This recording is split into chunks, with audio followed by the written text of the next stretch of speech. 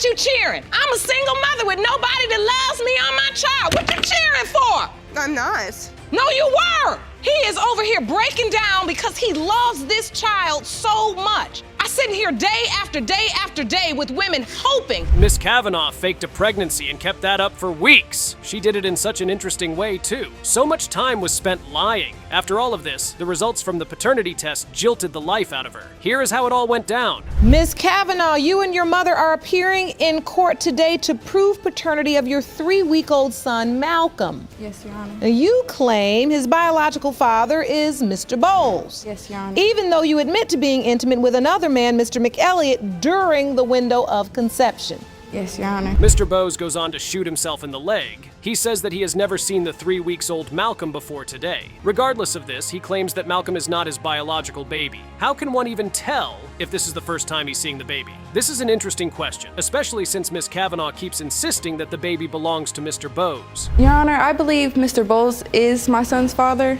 Even though we wasn't in a committed relationship, we had unprotected sex frequently. And he has not been around. He doesn't ask about my son. He probably didn't even know my son's name was Malcolm until now because my son doesn't have a voice, so I'm his voice. There's one other person in question. Miss Kavanaugh's mother seems to be more involved in all of this than Miss Kavanaugh herself, even. Although Mr. Bowes admits to being intimate with Miss Kavanaugh a couple of times, here is the reason why he is 100% sure about the paternity of baby Malcolm. Actually, when we first met the first night, we had sex within like 20 minutes of being in her house.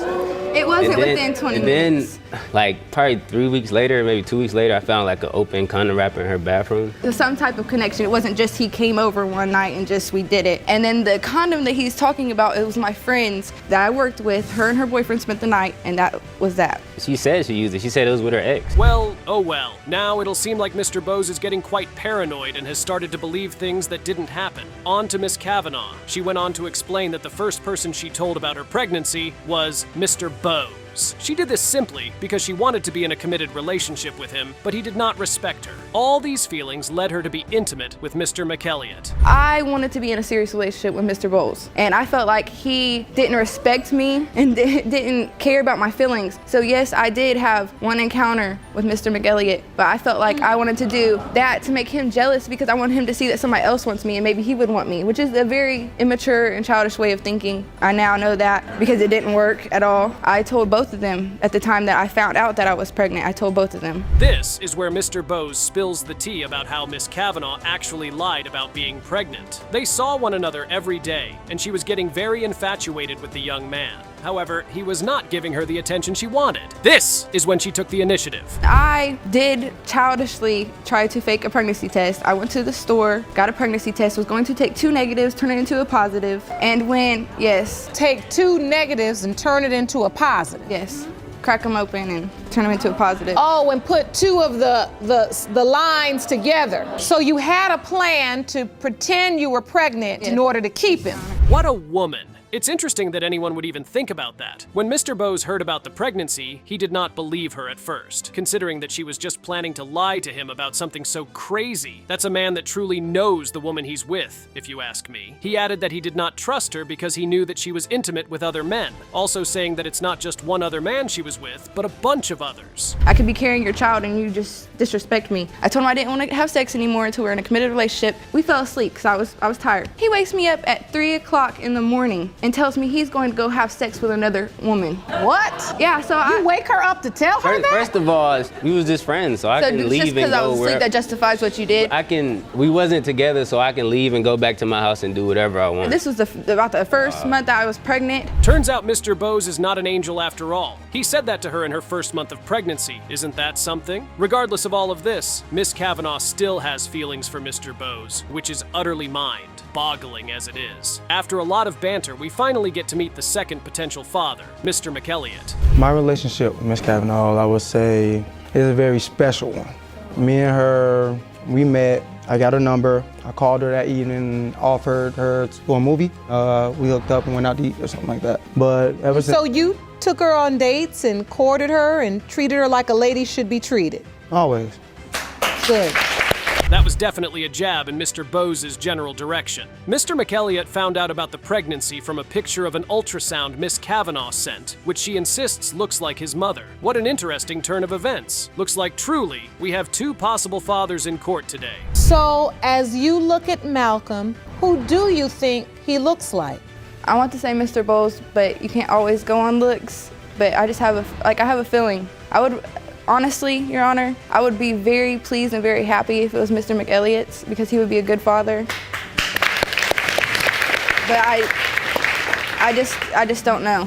The new guy, Mr. Modelman McElliott, added that sure, he signed the birth certificate, but he did that only because the whole paternity thing was beginning to stress him out. It was stressful on Miss Kavanaugh as well, and that made it easier for him to sign it because he absolutely does not mind starting a family with her. However, it gets good. Mr. McElliott spills the beans and shares this with the court. I believe there was third party or something that was included in this. Yes. Okay. That's true, Your Honor. Oh, no, it's true. That's true, Your A Honor. third party? Yes, Your Honor. Please elaborate on the third party. It was a very drunken night, and it was a one-night stand. Do you remember whether you used protection or not? No, that's why I think it may be another person, but I'm not quite sure. Whoa! So there really is a third man involved in all of this. What a woman, and what a drunken night that must have been. After this little reveal, the funniest conversation ensues in court. It would seem like Miss Kavanaugh's mother does not understand whose court she just stepped into, really. That's something I don't understand though. Men, like you're having sex all over and you're intimate. I'm not referring It's not to you. right for anybody. Yeah, but when a girl does it, it's like, whoa, whoa. Well, what about them? Like, it makes no sense. And it wasn't right for her to do it. Well, since we want to go to school, let me take you there. We, women, bear the children, meaning they can orbit in uncertainty indefinitely, not knowing whether or not they're the father. Judge Lake put Miss Kavanaugh and her mother in the school bus, took them to school, and brought them back to paternity court in just about 5 minutes. Oh, they are not done one bit. There's so much more to be said. Miss Kavanaugh, what your daughter learned was a very valuable lesson. A, pick and choose very wisely. Who you gonna lay down with, right? And look, you cannot make a man love you by trying to have his baby or trick him into having his baby. And I never said that she could. It's true. Look, these aren't lessons just your daughter has to learn. These are lessons all women had to learn. After so much bickering in court today, the results are out and we all get to hear it. Everyone is on the edge of their seats as we're all trying to figure out who the father of baby Malcolm is. Could it be the cold-hearted Mr. Bose, Mr. Nice Guy McElliott, or Mr. What's-His-Name third-party drunk encounter? There's just one way to find out. Mr. McElliott, you are not his father. Mr. Bowles, you are not his father. Calm down. I'm sorry. I'm so sorry. I'm really sorry. I didn't mean to put you guys through all that. I am hoping that you still pursue Malcolm's biological father. Do you know who that is? Is it that third person or do you not know? Imagine being an amazing father to your little girl throughout her life for 3 years and having a woman take that away from you simply because she hates you. This was the thought of Scotty Rasmussen before paternity court. Oh, if only he knew. Miss Miller, Scotty's girlfriend, is in court today to prove that he is not the father of her little girl, Zaylee Rasmussen. You say you've been there for your daughter her entire life, and you're here today to prove you are Zaylee's father. Yes, Your Honor. All right, Mr. Rasmussen, why is Ms. Miller saying you're not Zaylee's father? Your Honor, I believe it's just out of pure hatred. She just doesn't want me to have visitation. I drive 160 miles every other weekend just to pick up my daughter and drop her off. That's about 10,000 miles. That's wear and tear on my car. What an interesting opening to the case. Mr. Rasmussen went ahead to admit that he cheated on Miss Miller at the end of their relationship when things got rocky. Miss Miller insisted that he cheated on her through the entire duration of their relationship.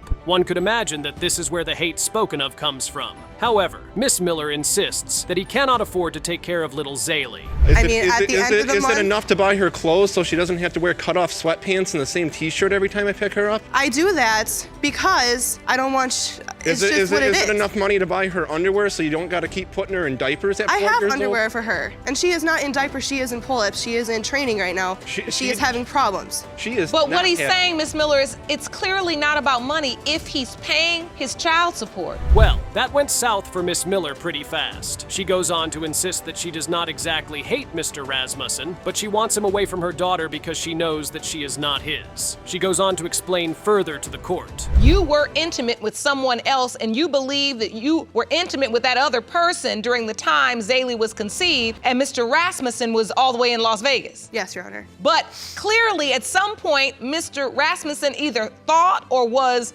informed that he was her biological father because he is paying child support, he's still driving 160 miles each way, and she has his last name. All of this points to the fact that Mr. Rasmussen is her biological father, or at least on a normal day, in a place that is not paternity court, it does. His name is on the birth certificate too. Apparently, Miss Miller only brought up the notion that he may not be Zaylee's biological father at about 4 months after she was born. What a woman. Now, here's what she had to say about the other possible father. Where's this other possible father? I'm not even quite sure. After we broke up, he changed his number, he moved, he pretty much disappeared. I have tried to find him, I have tried to get a hold of him, and I can't find him. But you keep saying Mr. Rasmussen cheated, he did this, he did that. And as wrong as that may be, you also slept with somebody else. We weren't even dating then. I was single at that time. So he basically wants nothing to do with her, or even the thought of having a baby. And here she is, so intent on making sure that Mr. Rasmussen is not the biological father. Isn't that just something?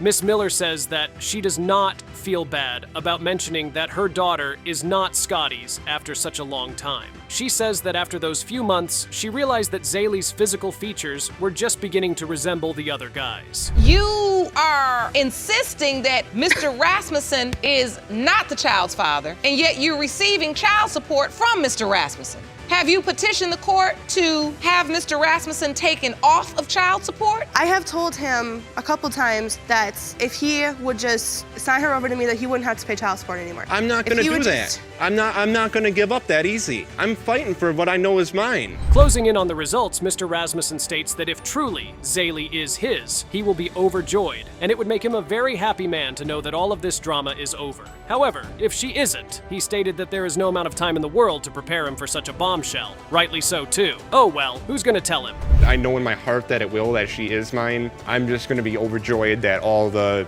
drama and the fighting and all that kind of stuff is behind me. If it goes the other way, I don't think if I had all the time in the world, I could, prepare myself for such a bombshell. I don't think I'd be able to prepare myself for just how devastating that would be to not only me, but my entire family. Jerome, I think it's time for the results. Okay.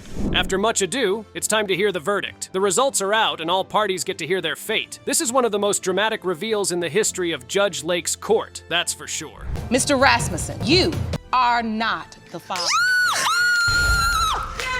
Miss Miller. Be respectful. Sorry. Miss Miller. I'm sorry. That's a lot of nerve considering the alternative is somebody that don't want nothing to do with you or your child. I'm sorry. That's a lot of nerve. You just showed me where your priorities were right there. I'm sorry. Because I held out hope that you weren't just acting a fool. Oh, Judge Lake is not having any of it. She sat Miss Miller down and schooled her properly. Now, who is going to break this sad news to little Zaylee? To think that the man who she knows as a father through all these years is not her biological father. Right now in that courtroom, Mr. Rasmussen must feel worse than being hit by a truck. What you cheering? I'm a single mother with nobody that loves me or my child. What you cheering for? I'm not. No, you were. He is over here breaking down because he loves this child so much. A man would drive 16 miles to see their baby, much less 160 miles each way, and sign a birth certificate and come day after day and week after week so they can grow visitation to have a relationship with the child. After getting caught in paternity court once, Miss Bodine is in paternity for the second time, and this time it's to find out if her 2 children actually belong to Mr. Benning. How many times is Mr. Benning going to be crying on live TV in a courtroom? Let's find out. So, Mr. Benning, tell me about your relationship with your daughter, Robin, and how these paternity doubts are affecting you. Well, first off, Your Honor, my mother passed away when I was 14 years old.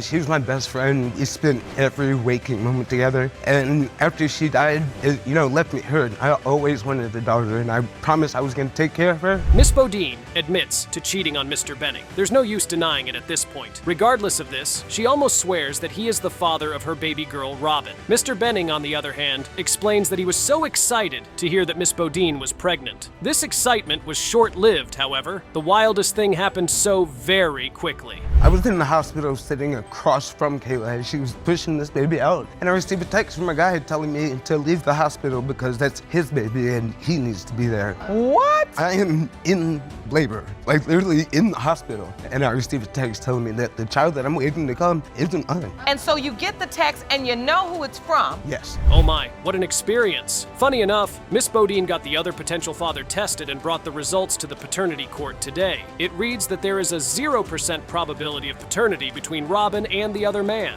Moving on, the following conversation ensues. Quite a few. First off, their DNA test doesn't mean anything considering the fact that she's cheated on me with more than one person. Oh. There could be other guys out there, that's just one, you know? Now, that's the plot twist. As well as, Your Honor, anytime that something is wrong, I'm also reminded, oh, you're not her father, as soon as we start to argue. Well, oh my word. Both Mr. Benning and Miss Bodine agree that Robin looks so much like Mr. Benning's late mother, and she just may be the woman brought back to life for him. Oh, who's going to tell them? Judge Lake's paternity court would be the judge of that. Having to live with it every day. Yeah, I had to change her diaper and look at her and play with her, and she's calling me daddy, and there's something in the back of my head saying she might not be. You know, there's a text message on my phone saying it's not yours. There's people calling me on my phone saying I'm her dad. You know, it's constant, it's just constant, and Well, this is why we're here to prove it. after a certain time, you can't just ignore it anymore. Oh, please, Miss Bodine. We both know the results of what we're here to prove and that you and your actions are going to crush this man all over again. She says she is 100% certain that he is the father, but for some reason, Mr. Benning still does not trust it. What a hurt man. He adds that with all of this drama, he's deeply curious about his son's paternity as well.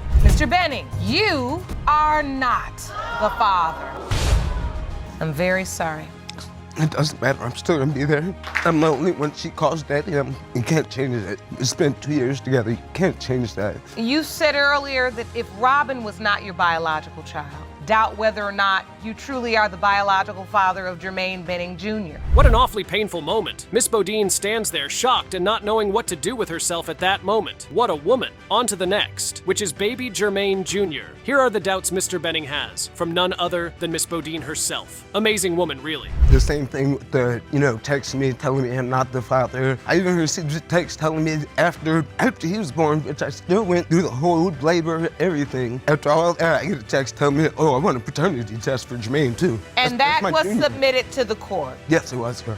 There was a text to you, Mr. Benning, that says, I'm filing papers for a DNA test on Jermaine. In addition to all of this, Mr. Benning was in the hospital for Jermaine Jr.'s birth. He has his first name and everything. How does a person send that sort of text message after letting him sit through all of that, sign his birth certificate, and take his first and last name? Results are out, and here is the verdict. Mr. Benning, you are not the father. What the? Oh, I'm so sorry, Mr. Benning. Cribs and playpens and toys, and I've done everything that I do, and Miss Bodine, do you know who Jermaine Jr.'s father is? No, Your Honor. I didn't know that was going to come out like that. Mr. Mitchell has told Miss Lohman that if the results of the paternity test prove he isn't the father, he will call off their engagement and there won't be a wedding. So the fate of this young family is hanging in a balance. Here is how it all went down. We met when we were sophomores in high school. Junior year, we had a lot of classes together, so we became really good friends. And he started opening up to me and telling me, about his home life, terrible background. And I wanted to help him and save him from that. My dad about it, and I was like, can we do something about it? They were like, yeah, we'll help him. Turns out Miss Lohman had a boyfriend at the time too. Mr. Mitchell moved into their house. They spent so much time together, and 2 months later, they hooked up. This happened multiple times too. So tell me about what you came to love about Miss Lohman. I loved how she did stuff. I liked how she cared for me whenever I didn't have anybody that cared for me. And she said you had a very tough childhood. Is that true, honey? Yes, ma'am. I had to do everything for my family. I raised my 3 sisters and my brother basically by myself. I understand. So when you moved in with Miss Lohman, it was like finding a family, a real family. Yes, Your Honor. Looking back at her conceived date, there is a huge mess of whether or not baby London is from Miss Lohman's ex or Mr. Mitchell is her biological father after she went to the hospital. Here's what the doctor told her about baby London and the date she was conceived. And I asked, do you have an estimate of when I conceived? Because I can't tell you the exact date. And she told me I conceived somewhere between October 12th and October 22nd. And I got to looking back at the dates, and I had sex with Mr. Mitchell more times than I had sex with my ex. I had sex with Mr. Mitchell about every day day and only once or twice with my ex. All right. Don't think that's how that works. So you do understand that it is not a numbers game. Yes, Your Honor. What a funny thing to say. It's great that she cleared that up. Miss Lohman goes on to claim that baby London's physical features are so similar to that of Mr. Mitchell so much. After all of the comparison and whatnot, we get the verdict, and the results are announced to the court. Mr. Mitchell, you are not the father. Miss Lohman, I can tell that was not the news you were expecting to hear. No, Your Honor. Are we certain? Is your ex London's biological father, or is there another possibility that we just have not spoken about yet? No, Your Honor, there is no other possibility.